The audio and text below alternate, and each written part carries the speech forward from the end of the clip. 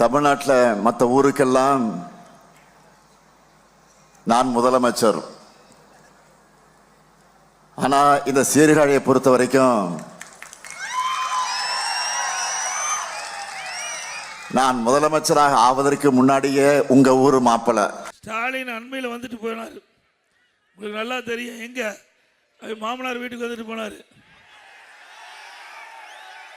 சீர்காழிக்கு அப்ப சொன்னானு இந்த மாவட்டத்தை மாப்பிள்ளைனாரு. இந்த மாவட்டத்தை தோற்றுவித்தது அதிமுக.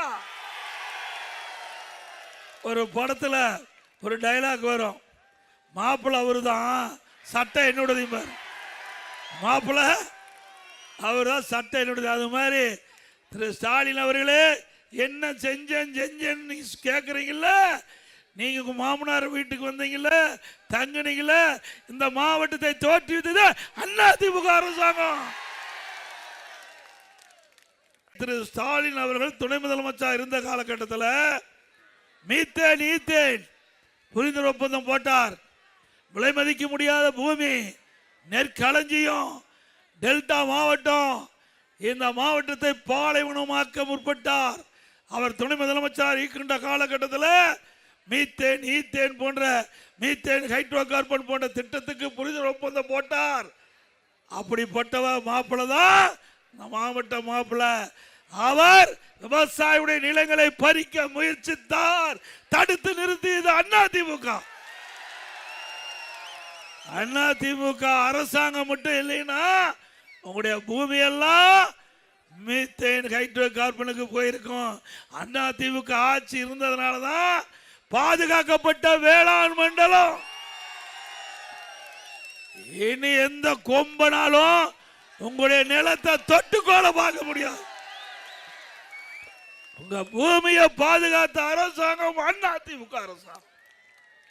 உங்க பூமியை அபகரிக்க, உங்களுடைய நிலத்தை இப்படிப்பட்ட தொழிலுக்கு தாரை வாக்கப்பட்ட அரசாங்கம் திமுக அரசாங்கம்.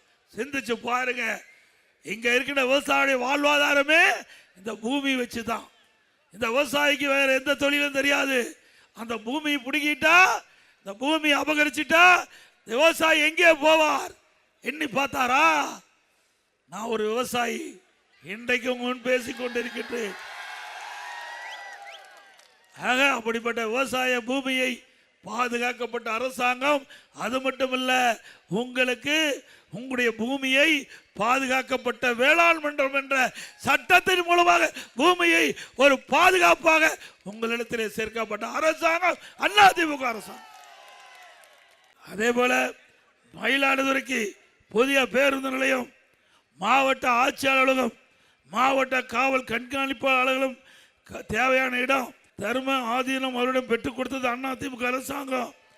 சீர்காழி வெள்ளப்பள்ளம் உப்பு நாட்டில் கடல் நீர் உப்புகாவாறு தடுக்க, நிலத்தடி நீரை பாதுகாக்க 33 கோடி ரூபாய் தடுப்பணை அமைக்க மக்களை காத்த அரசு அதிமுக அரசு. ஒரு மாமனார் வீட்டுக்கு வந்ததில்ல, இதுக்கு முந்தில உப்பு தண்ணி குடிச்சிட்டு இருந்தாங்க. நல்ல தண்ணி கொடுத்ததுதான் அதிமுக அரசாங்கம் தான். உண்மைதானே? அது மட்டும் இல்ல, இன்றைக்கு வளைகுடா நாடுல ஏற்பட்டுள்ள போர் பதற்றத்தில் இந்த ஈரான் நாட்டில் சிக்கி தவித்த 312 மீனவர்கள் மத்திய அரசால் மீட்கப்பட்டு நேற்றைய தினம் சென்னை விமான நிலையத்துக்கு வந்த அந்த மீனவ நண்பர்களை மத்திய அமைச்சர் பியூஷ் கோயல் அவர்களும் நம்முடைய முன்னாள் மீன்வளத்துறை அமைச்சர் ஜெயக்குமார் அவர்களும் அவளை வரவேற்றாங்க. இது அதிமுக ஆட்சியுடைய சாதனை.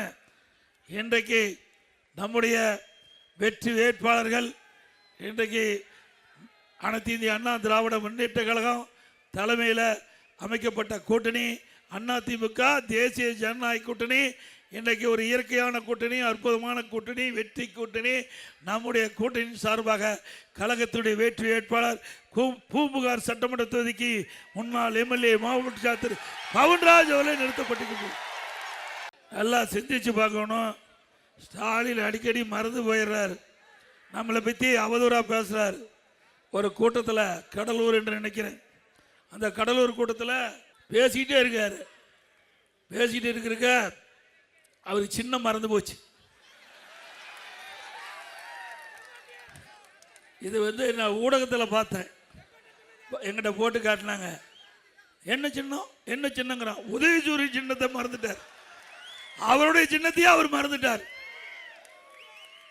அடிக்கடி மறதி.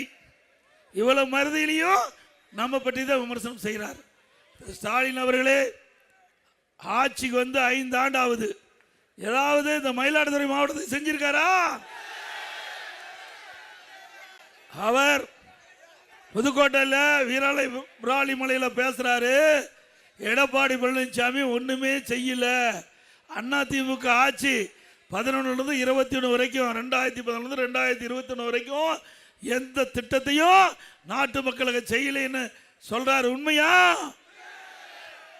அவர் ஏற்கனவே மாப்பிள்ளைனுக்கு தங்கிட்டு போனார அந்த மாவட்டத்தை உருவாக்குனதே அதிமுக அரசாங்கம். அப்பாவது புரிஞ்சுக்க வேண்டாம், புரிஞ்சு பேச வேண்டாம். அவருக்கு தானே புரியாதாச்ச, பொம்மை முதலமைச்சராச்ச. இளைஞர் சமுதாயம் சிந்திக்க வேண்டும். தயவு செய்து ஒவ்வொரு இளைஞரும் சிந்திக்க வேண்டும். இன்றைக்கு போதைப் பொருள் நிறைந்த மாநிலமா தமிழ்நாடு விளங்கிட்டு இருக்குது. நாம் பெற்ற செல்வங்கள் நம் கண் முன்னே சீரழியக்கூடிய நிலை இந்த ஆட்சியில் பார்க்கப்படுகிறது. எங்க பார்த்தாலும் போதைப் பொருள் விற்பனை சர்வசாதாரணமாக நடக்குது. கிராமத்திலிருந்து நகரம் வர மூல முடக்க வீதி எல்லா இடத்துலையும் போதைப் பொருள் விற்குது இல்ல. இன்றைக்கு பள்ளிக்கு அருகில் கல்லூரிக்கு அருகில் சர்வசாதாரணமா போதைப் பொருள் விற்குது. நம்முடைய டீனேஜ் அந்த வயசுல ஒன்றும் தெரியாது. அப்படிப்பட்ட அந்த வயசுல இந்த போதைப் பொருள் கடுமையாகி இந்த ஆட்சியில் சீரழியக்கூடிய நிலை ஏற்பட்டு விட்டது. இந்த ஆட்சி தொடர வேண்டுமா? பாருங்க, இந்த கஞ்சா அடிச்சிட்டாவே என்ன செய்யுதுன்னு தெரியறதில்ல. கொலை செய்யறான், கொள்ளை அடிக்கிறான், பாலியல் வன்கொடுமை நடக்கிறான். அதுவும் சிறுமிகள், பெண்கள், பாட்டியம்மா கூட விட்டு வைக்க மாட்டேங்கிறான். கேவலம். இனிமேல் பாட்டியம்மா தண்ணி விட்டுட்டு வர முடியாது. அந்த அளவுக்கு மோசமான ஆட்சி. இதெல்லாம் விளையாட்டுக்கு சொல்லலைங்க, பத்திரிகையில் ஊடகத்தில் வருகின்ற செய்தி. பாதிக்கப்பட்டவர்கள் சிறுமிகள், பெண்கள், வயது முதிர்ந்த பெண்கள். இப்படிப்பட்ட ஆட்சி தொடர வேண்டுமா? பாருங்க, இந்த கஞ்சா அடிச்சிட்டாவே என்ன செய்யுதுன்னு தெரியறதில்ல. கொலை செய்யறான், கொள்ளை அடிக்கிறான், பாலியல் வன்கொடுமை நடக்கிறான். அதுவும் சிறுமிகள், பெண்கள், பாட்டியம்மா கூட விட்டு வைக்க மாட்டேங்கிறான். கேவலம். இனிமேல் பாட்டியம்மா தண்ணி விட்டுட்டு வர முடியாது. அந்த அளவுக்கு மோசமான ஆட்சி. இதெல்லாம் விளையாட்டுக்கு சொல்லலைங்க, பத்திரிகையில் ஊடகத்தில் வருகின்ற செய்தி. பாதிக்கப்பட்டவர்கள் சிறுமிகள், பெண்கள், வயது முதிர்ந்த பெண்கள். இப்படிப்பட்ட ஆட்சி தொடர வேண்டுமா? 18,000 பாலியல் வழக்கு பதிவு செய்யப்பட்டிருக்கு. 18,000 பாலியல் வழக்குகள். பெண்கள் பாதிக்கப்பட்டிருக்கிறாங்க. 18,000 பெண்கள் பாதிக்கப்பட்டிருக்காங்கன்னு சொன்னா இந்த ஆட்சி எப்படிப்பட்ட ஆட்சி என்பதை சிந்திக்க வேண்டும். அது மட்டுமல்ல, இன்றைய இருக்கிற சமூகத்துறை அமைச்சர் தூத்துக்குடியில் பேசுறாங்க. தமிழகத்தில் 5 ஆண்டில் 6,999 போக்சோ வழக்குகள் பதிவு செய்யப்பட்டு அதற்கு நிவாரணமாக 84 கோடி கொடுக்கப்பட்டது என்று வாக்குமூலம் கொடுத்திருக்கிறாங்க. 6,999 போக்சோ வழக்குனா சிறுமிகள், 8 வயசுக்கு கீழ் இருக்கிற சிறுமிகள் பாலியல் சீண்டலுக்கு உட்பட்டிருக்கிறாங்க. அப்படின்னா இந்த ஆட்சி எவ்வளவு மோசமான ஆட்சி. இந்த ஆட்சி மீண்டும் வேணுமா? இன்னும் சொல்ல போனா பச்சை குழந்தை, 2 வயசு குழந்தை கூட கிருஷ்ணகிரியில கதற கதற பாலியல் சீண்டல் உட்படுத்தப்பட்டு கொலை செய்கின்றார்னா இந்த ஆட்சி தொடர வேண்டுமா? இன்றைக்கு பத்திரிகை ஊடகத்திலையும் பார்த்தீங்கன்னா அந்த காலத்தில் தங்கம் என்ன நிலவரம், வெள்ளி எல்லாம் நிலவரம்னு வரும். இப்போ கொலை நிலவரம் என்ன, பாலியல் சீண்டல் நிலவரம் என்ன, போதைப் பொருள் நிலவரம் என்ன, இதுதான் இப்போ வருது. இப்படிப்பட்ட செய்தி தான் பத்திரிகை ஊடகத்திலே வருது. இந்த ஆட்சியில் திறமையற்ற முதலமைச்சர் ஆண்டு கொண்டிருக்கின்றார். பொம்மை முதலமைச்சர் ஆண்டு கொண்டிருக்கின்றார். அதனால் தமிழகம் தலை குனிந்து தலை தொங்கி போயிருக்குது. ஸ்டாலின் கேட்டால் தலை நிமிர்ந்து இருக்குதான். அப்படியா இருக்குது?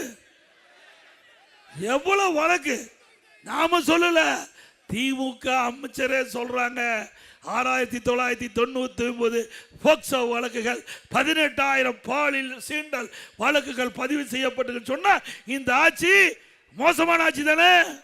அண்ணா திமுக ஆட்சிக்கு வந்தவுடன் 3 மாதத்தில் தமிழகம் முழுவதும் இந்த கஞ்சாவை அறவாக ஒழிக்கப்படும். தமிழகம் போதைப் பொருள் இல்லாத மாநிலமாக உருவாக்குவோம். சட்டத்தின் ஆட்சி நடக்கும். தமிழகத்தில் சட்டத்தின் ஆட்சி நடக்கும்.